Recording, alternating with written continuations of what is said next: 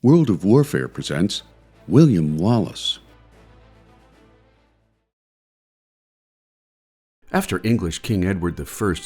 demanded homage from Scottish nobles during his war against the French, instead,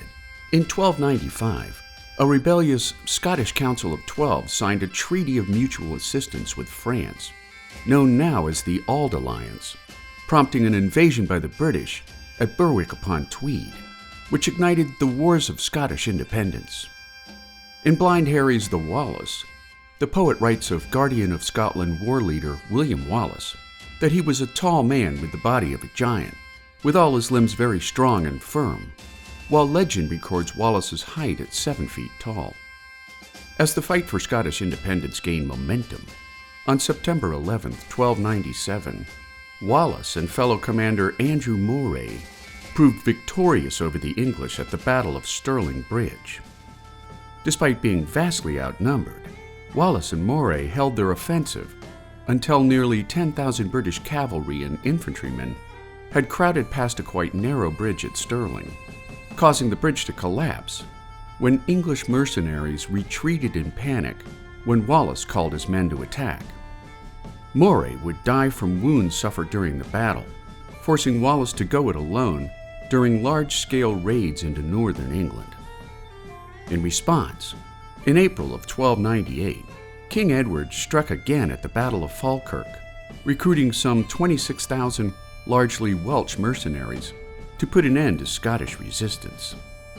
The battle would prove a decisive victory for England, forcing Wallace to resign as Guardian of Scotland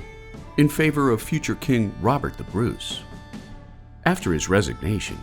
many historians believe that William Wallace left on a mission to the court of King Philip IV of France, pleading his case for military assistance in the Scottish struggle for independence,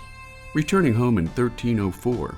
to participate in skirmishes against the British at Hapreux and Erneside. Betrayed by Sir John Menteith, a Scottish knight loyal to King Edward, Wallace was taken to London, where he stood trial for treasons and atrocities against civilians in war, as court records elaborate, sparing neither age nor sex, monk nor nun. Crowned with an oak garland and named King of the Outlaws, Wallace responded to the court's charges by replying,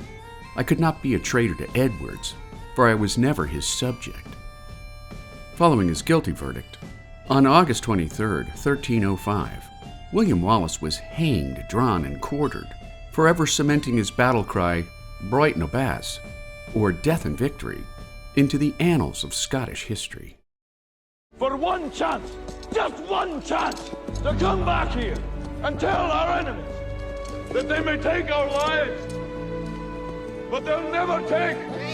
our freedom!